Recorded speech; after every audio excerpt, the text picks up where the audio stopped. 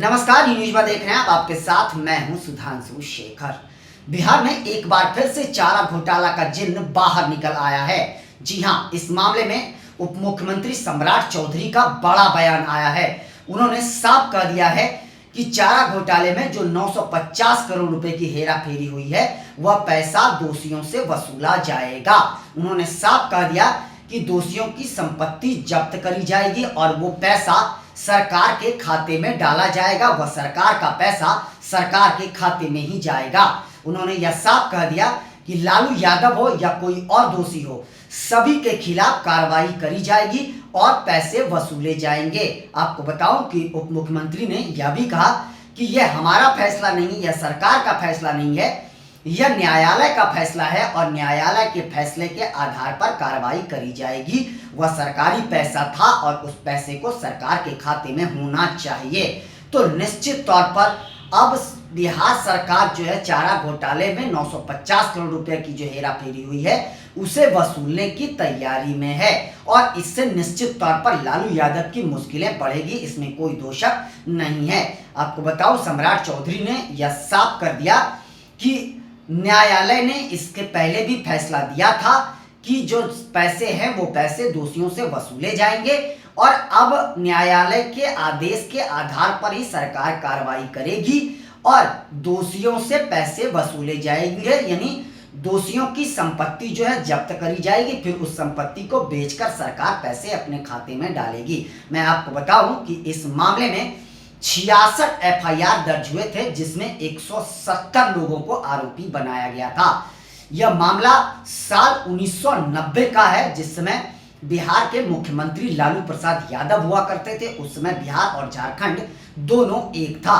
यह मामला साल 1996 में उजागर हुआ था, जब चाईबासा के उपायुक्त अमित खरे ने पशुपालन विभाग की जांच करी थी और उसमें कई फर्जी बिल पाए गए थे। उसके बाद यह मामला तूल पकड़ लिया था, जिसके बाद पटना हाईकोर्ट ने 1996 में ही सीबीआई को जांच का आदेश दिया और 96 में ही इस मामले के को लेकर एफआईआर दर्ज हुए थे।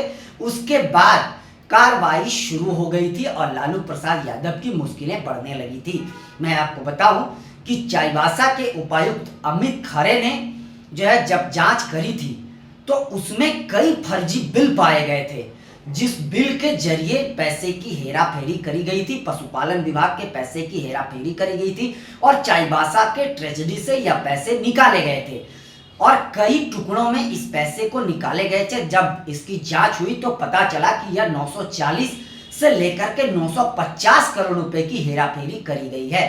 उस समय मुख्यमंत्री लालू प्रसाद यादव हुआ करते थे, लेकिन सीबीआई के जांच में धीरे धीरे सारे मामले का पर्दाफाश होते चला गया और लालू प्रसाद यादव फंसते नजर आ गए।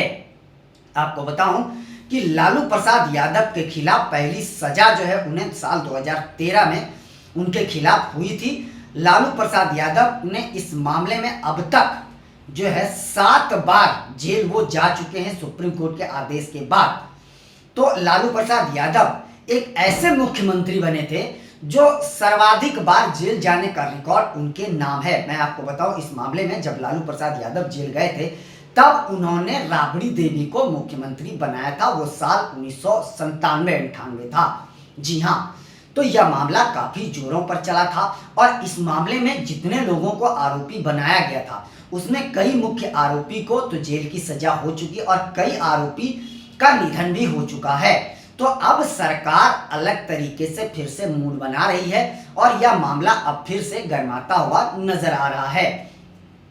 जब बिहार और झारखंड एक था उसी समय चारा घोटाला हुआ था और पशुपालन विभाग के लिए जो पशुओं को चारा के लिए पैसा आया था उस पैसे की हेरा फेरी करी गई थी। तो उस समय के हिसाब से अगर देखें तो उस समय के हिसाब से यह सबसे बड़ा घोटालों में से एक था, इसमें कोई दो शक नहीं था। 950 करोड़ रुपया उस समय बहुत मायने रखता था 1990 में। आज अगर उसकी रकम को देखें, उस रकम को 950 करोड़ को, तो निश्चित तौर पर वह रकम 3000 करोड़ से कम नहीं होगा। तो एक बार फिर से लालू प्रसाद यादव की मुश्किलें बढ़ते नजर आ रही है। साथ साथ चारा घोटाले में जो भी आरोपी हैं, जिनको भी दोषी पाया गया है, उनकी भी मुश्किलें बढ़ेगी, उनकी संपत्ति जब्त करी जाएगी। आपको बताते जाऊं कि न्यायालय ने इससे पहले भी कार्रवाई करते हुए आरोपियों की दोषियों की संपत्ति जब्त करी थी। अब उस संपत्ति की कुर्की जब्ती होगी और फिर वह पैसा सरकार अपने खाते में डालेगी। तो अब बिहार विधानसभा चुनाव से पहले एक बार फिर से चारा घोटाला का जिन्न बाहर निकल आया है और बिहार सरकार अब इस पर एक्शन लेने के मूड में है। तो अब लालू प्रसाद यादव की मुश्किलें एक बार फिर से बढ़ते हुए नजर आ रही है।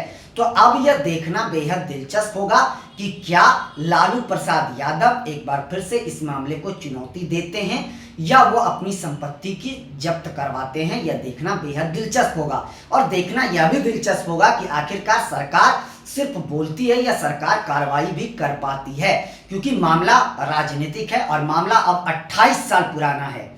तो 28 साल बाद जो यह जिन्न एक बार फिर से वापस निकला है, तो इसमें अब सरकार और दोषी दोनों की ओर से क्या कदम उठाए जाते हैं यह देखना बेहद दिलचस्प होगा। लेकिन बिहार विधानसभा चुनाव से पहले यह मामला सुर्खियों में आया है, तो निश्चित तौर पर जो है सत्ताधारी दल इस मामले को भुनाने की कोशिश करेगी, इसमें कोई दो शक नहीं है। वहीं विपक्षी लालू प्रसाद यादव इस मामले में क्या करते हैं, क्या वो कोर्ट जाते हैं, चुनौती देंगे सरकार के न्यायालय के आदेश को, या फिर वो अपनी संपत्ति कुर्की जब्त कराते हैं, यह देखना बेहद दिलचस्प होगा। 28 साल पुराना मामला आखिरकार विधानसभा चुनाव के समय ही क्यों उजागर हुआ, यह भी देखना बेहद दिलचस्प है।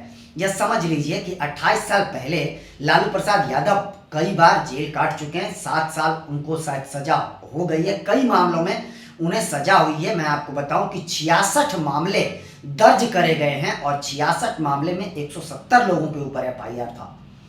तो सभी की जांच हो गई है। अब भी चारा घोटाला का जिन्न पूर्णतया बंद नहीं हुआ है। अब भी यह मामला सुप्रीम कोर्ट में भी है और पटना हाई कोर्ट में भी है।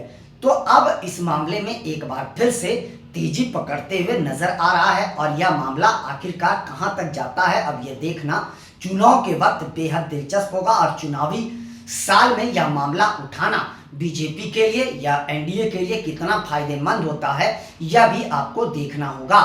तो फिलहाल अब आगे देखते जाइए इस मामले में क्या कुछ कार्रवाई होती है या नहीं होती है। सरकार बस इसे एक राजनीतिक मुद्दा बनाती है या फिर इस मामले में कार्रवाई भी करती है, न्यायालय का आदेश का पालन होता है या नहीं होता है, यह भी देखना बेहद दिलचस्प होगा।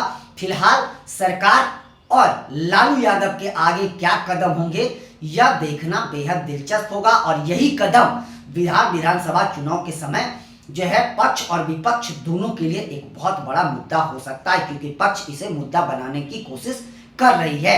फिलहाल कितना सफल हो पाती है एनडीए ये तो चुनावी समय में पता चल पाएगा, लेकिन यह जिन्न एक बार फिर से बाहर निकल आया है। अभी के लिए बस इतना ही, मुझे दीजिए इजाजत। हम अन्य खबरों के साथ भी आप सबों के बीच हाजिर होते रहेंगे। आप सबों से निवेदन है कि चैनल को आगे बढ़ाने के लिए लाइक शेयर सब्सक्राइब के साथ साथ कमेंट करना ना भूलें और आप लोग भी अपना बहुत ज़्यादा ख्याल रखें। तब तक के लिए मुझे दीजिए इजाजत। आप सभी का तहे दिल से शुक्रिया।